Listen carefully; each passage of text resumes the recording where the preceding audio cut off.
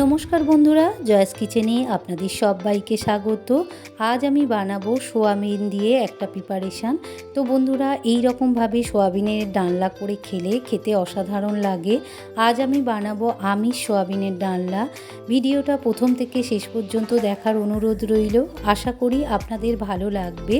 তো বন্ধুরা, এটা খেতে অসাধারণ লাগে। আপনারা ভাতের সঙ্গেও খেতে পারেন, আবার রুটি, পরোটা, লুচি এর সঙ্গেও খেতে পারেন। খুবই ভালো লাগবে খেতে। তো বন্ধুরা, আমার চ্যানেলে যদি আপনারা নতুন হয়ে থাকেন, প্লিজ চ্যানেলটিকে সাবস্ক্রাইব করে দেওয়ার অনুরোধ রইল। সোয়াবিনের ডালনা বানানোর জন্য এখানে আমি দুটো বড় সাইজের আলু ডুমো ডুমো করে কেটে নিয়েছি 8-10টা রসুন চিড়ে চিড়ে করে কেটে নিয়েছি, টমেটো নিয়েছি একটা, আর দুটো পেঁয়াজ চিড়ে চিড়ে করে কেটে নিয়েছি। আর সোয়াবিনটা নুন জল দিয়ে ভালো করে সেদ্ধ করে নিয়ে জল ঝরিয়ে নিয়েছি। তো চলুন শুরু করা যাক।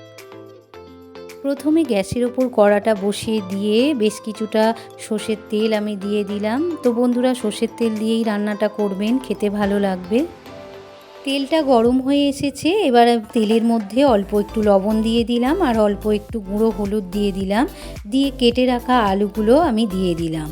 কেটে রাখা আলুগুলো দিয়ে ভালো করে নাড়াচাড়া করে আমি আলুগুলোকে লাল লাল করে ভেজে নেব। নুন হলুদ দিয়ে আলু ভাজলে দেখতেও ভালো হয় ভাজাটা, আর ভাজার সময় তেলও ছিটকে আসে না। আলুগুলো লাল লাল করে ভাজা হয়ে গিয়েছে। এবারে আমি আলুগুলোকে একটা পাত্রে তুলে নেব। ওই আলু ভাজার তেলেই আমি একটা তেজপাতা দিয়ে দিলাম তেলের মধ্যে, আর দিয়ে দেব গোটা জিরে, দিয়ে একটু লালচে করে নেব। তেজপাতা আর গোটা জিরে থেকে বেশ ভালো একটা গন্ধ ছেড়েছে। এবারে আমি চিড়ে চিড়ে করে কাটা রসুন কুচিগুলো দিয়ে দিলাম। দিয়ে দেব পেঁয়াজ কুচি, দিয়ে রসুন আর পেঁয়াজটা আমি লাল লাল করে ভেজে নেব। পেঁয়াজ আর রসুনটা ভালো করে লালচে করে ভেজে নিয়েছি। এবারে কুচিয়ে রাখা টমেটোগুলো দিয়ে দিলাম। দিয়ে ভালো করে পেঁয়াজ আর রসুনের সঙ্গে টমেটোটা মিশিয়ে নিয়ে ভালো করে নাড়াচাড়া করে নেব। অল্প একটু লবণ দিয়ে দিলাম যাতে টমেটোটা তাড়াতাড়ি গলে যায়। টমেটোটা বেশ গলা গলা হয়ে এসছে। এবারে আমি দিয়ে দেব বড় চামচের 1 চামচ আদা বাটা দিয়ে দেব, আর একটু আদা বাটার ধোয়া জল দিয়ে দিলাম। দিয়ে ভালো করে মিশিয়ে নেব। নিয়ে 1 মিনিট আমি আদাটাকে কষিয়ে নেব। এবারে আমি দিয়ে দেব গুঁড়ো হলুদ 1 চামচ, ছোটো চামচের 1 চামচ দিয়ে দিলাম। গুঁড়ো লঙ্কা দিয়ে দিলাম ছোটো চামচের 1 চামচ। আর দিয়ে দেব লবণ, ছোটো চামচের 1 চামচ লবণ বা স্বাদ মতো লবণ দিয়ে দিলাম। এবারে দিয়ে দেব 1 চামচ, ছোটো চামচের 1 চামচ চিনি। দিয়ে সমস্ত উপকরণ একসঙ্গে মিশিয়ে নিয়ে আমি ভালো করে কষিয়ে নেব। তো বন্ধুরা, চিনিটা অপশনাল, আপনারা দিতেও পারেন, নাও দিতে পারেন। তবে কষার সময় যদি একটু চিনি দেয়া যায় তাহলে তরকারির টেস্টটা আরও বেশি হয়ে যায়। তো বন্ধুরা, এবারে ভালো করে নাড়াচাড়া করে যতক্ষণ পর্যন্ত মশলা থেকে তেল ছেড়ে না দিচ্ছে ততক্ষণ আমি কষিয়ে নেব। মশলাটা ভালো করে কষানো হয়ে গিয়েছে আর মশলা থেকে বেশ তেলও ছেড়ে দিয়েছে। এবারে সেদ্ধ করে রাখা সোয়াবিনগুলো দিয়ে দিলাম। দিয়ে ভালো করে নাড়াচাড়া করে নেব মশলার সঙ্গে।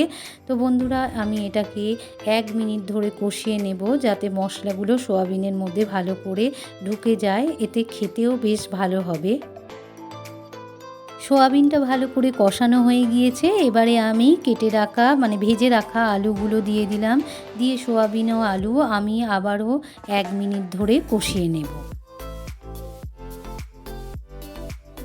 সোয়াবিন আর আলুটা ভালো করে কষানো হয়ে গিয়েছে। এবারে আমি জল দিয়ে দেব। আমি আগে থাকতে একটু গরম জল করে রেখে দিয়েছিলাম, সেই গরম জলটাই তরকারির মধ্যে দিয়ে দিলাম। দিয়ে ভালো করে নাড়াচাড়া করে আমি আরও কিছুক্ষণের জন্য ফুটিয়ে নেব। তরকারিটা চাপা দিয়ে আমি 5 মিনিট ফুটিয়ে নেব। 5 মিনিট পর ঢাকাটা আমি সরিয়ে নিয়েছি, আলুগুলোও সেদ্ধ হয়ে গিয়েছে। এবারে সানরাইসের গরম মশলা 1/2 চামচ দিয়ে ভালো করে নাড়াচাড়া করে আরও 1 মিনিট আমি ফুটিয়ে নেব। ফুটিয়ে নিলেই আমার রেডি হয়ে যাবে আমিষ সোয়াবিনের ডালনা। রান্নাটা আমার রেডি হয়ে গিয়েছে। আমি ফোটানোর সময় দুটো কাঁচা লঙ্কা দিয়ে দিয়েছিলাম। তো বন্ধুরা, আমার এই রেসিপিটা তাহলে আপনাদের কেমন লাগলো?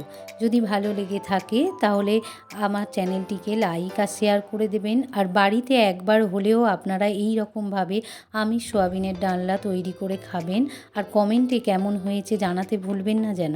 আপনারা সবাই ভালো থাকুন, সুস্থ থাকুন। আবার দেখা হবে। ধন্যবাদ।